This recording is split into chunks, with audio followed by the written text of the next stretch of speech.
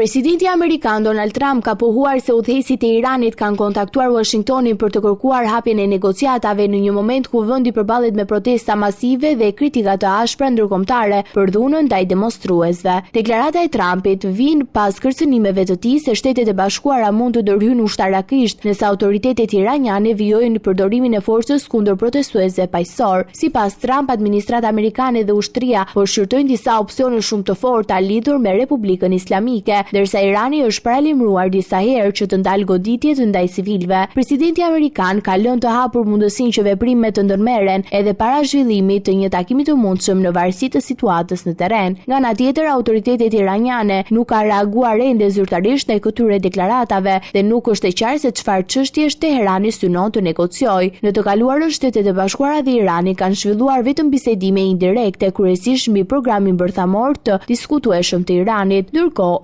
Organizata për të drejtat e njeriut raportojnë për një përshkazim të presionit me qindra të vrarë dhe mijëra persona të arrestuar gjatë 2 javëve të fundit. Sipas raporteve të pakonfirmuara në mënyrë të pavarur, mbi 500 persona dyshohet se kanë humbur jetën gjatë shtypjes së dhunshme të protestave. Protestat të nxitura nga kriza ekonomike dhe pakënaqësi ndaj regjimit nuk duket se po fashiten, përkundrazi ato janë shtrirë në gjithnjë më shumë qytete të vendit pavarësisht të reagimit të ashpra të autoriteteve. Shtetet e Bashkuara dhe aleat perëndimor kanë dënuar vazhdimisht dhunën ndaj protestuesve dhe kanë vendosur sanksione ndaj Iranit, ndërsa Teherani vazhdon të mohojë akuzat për shkelje të drejtave të njeriut dhe përpjekje për zhvillim të armëve bërthamore.